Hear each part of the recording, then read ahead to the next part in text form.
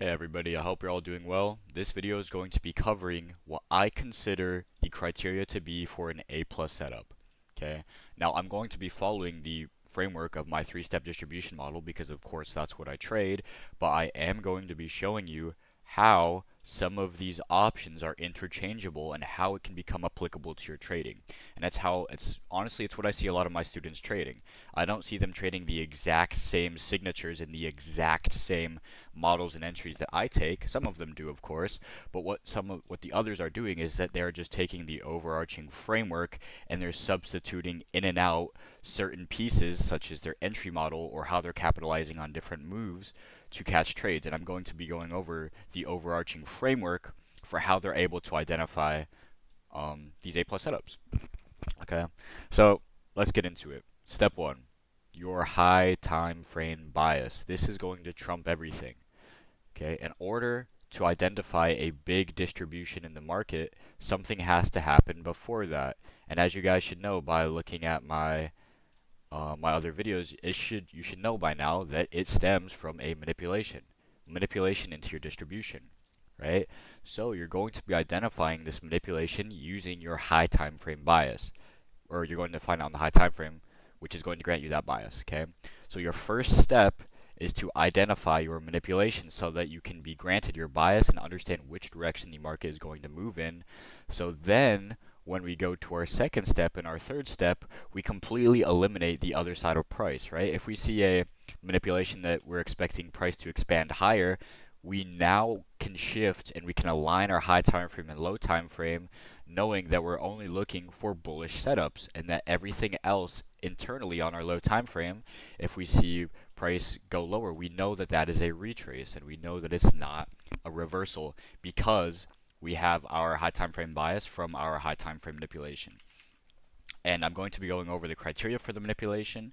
I go over it in pretty much all of my YouTube videos. You should know by now it's key level SMT on your high time frame to find this manipulation. Show the example later. But after that, like I said, you have this bias in place. So now that when you use and you're identifying your internal confirmations, everything should be pointing towards a bullish standpoint from this example. If you have a manipulation and it's bearish, obviously you're looking for bearish internal confirmations.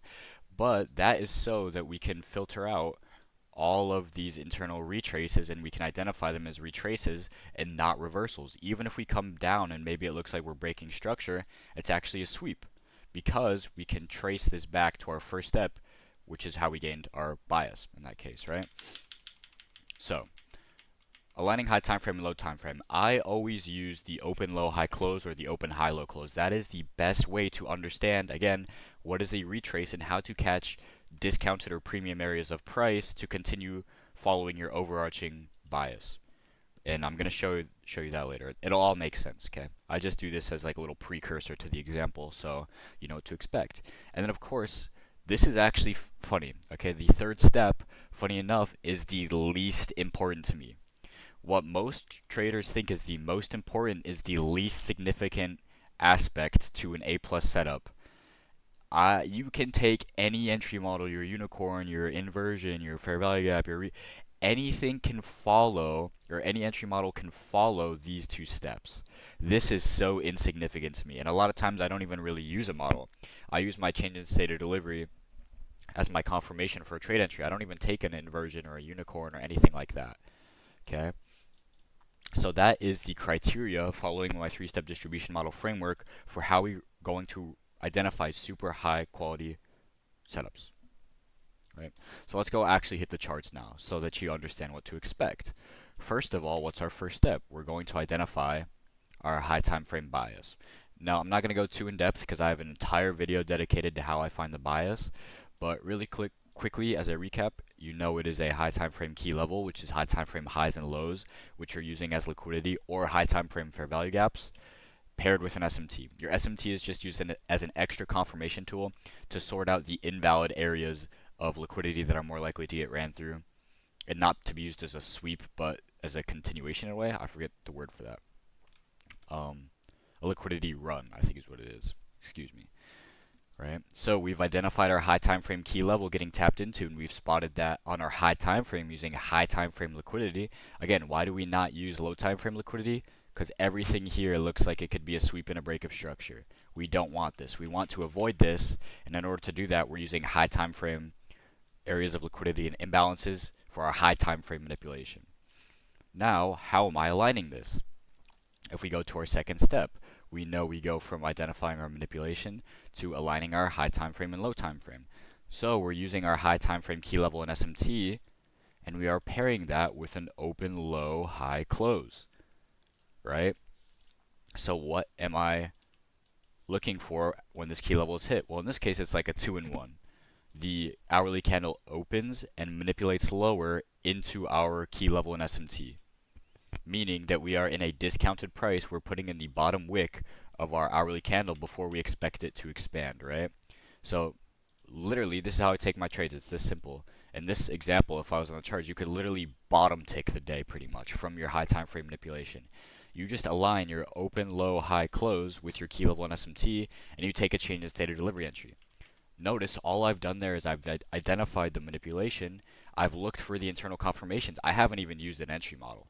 I just use a change in state. I don't even care about any of the nonsense after that, right?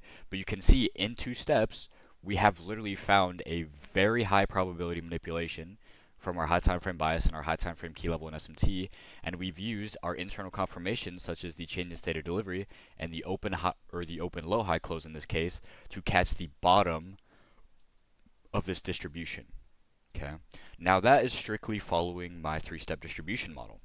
What happens when we want to interchange some of the criteria and we just, we don't fully want to trade the model, but we want to take pieces out or take pieces away from the model that we like and interchange stuff?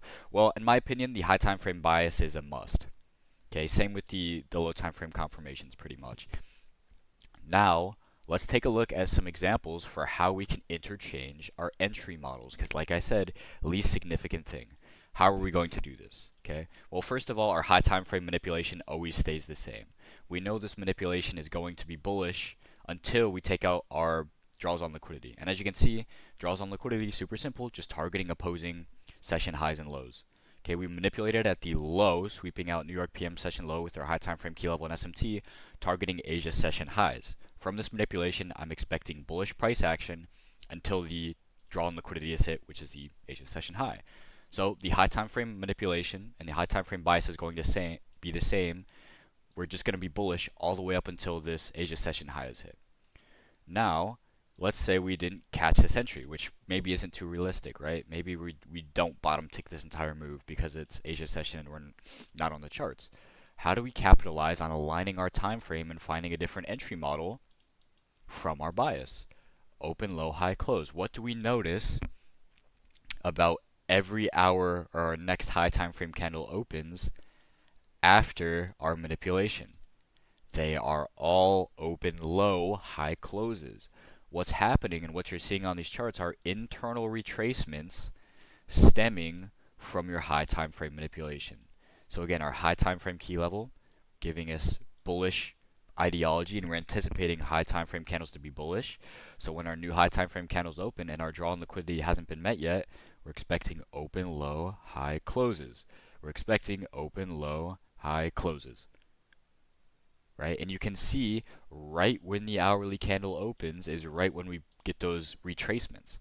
The reason identifying this high time frame bias is so important is because you can identify these as retracements and not reversals. At some points, these look like we're displacing lower, but since we've identified our high time frame bias, these are just retracements, and we can actually capitalize on these retracements as discounted areas of price. Okay. So now when we see these hourly candle opens, once we see our internal entry models from our high time frame candles aligning our entry models with our open, low, high closes, aligning with our high time frame bias, you are able to catch these entries at discounted areas of price, right? You take your inversion off of your hourly open, low, high close. You can take, I'm not even sure what is available here. Same thing. You could probably take an inversion off your open, low, high close because you understand that these are retracements. Notice how everything is kind of interlocking. All of your entry models are following the same bias from your manipulation. and your entry models are stemming from the the discounted areas of price in this case from your high time frame and low time frame alignment using the open, low, high closes. So you see how everything works together in a system, and this is what makes it very A plus. Is this is how you're aligning everything. Your trades get really sketchy when you're only looking at one time frame, when the narrative isn't aligned, or when we don't even have a narrative, right? So by implementing all of these three steps, that is what I consider to be A plus, right? Now, of course, with the entry models, I don't even really trade entry models, okay? This is just showing you that once you understand the A plus setup criteria, that trading whatever entry model you want is possible now that you understand your directional bias, okay? And of course, in this example, I don't even know what I would trade for my entry models because I just trade my change in standard deliveries to make it super simple. But for you guys, maybe you just want to follow the entry model you're familiar with, implement the previous two steps to get to your entry model for A plus setup. Okay, so that's going to wrap it up for the video. I hope it was very helpful. If you do want to see some more free content, I did open up a free community server in my Discord, so feel free to stop by and join there. Sometimes we host free classes depending on if we have certain member numbers get hit or all that stuff. You'll have access to the PDFs that I have, all that good stuff. And as always, please leave feedback and let me know your opinions on this video. And subscribe and turn your notifications on so you can catch when I'm releasing more content. So that's going to wrap it up for this video. Hope it was helpful. I'll see you guys next time.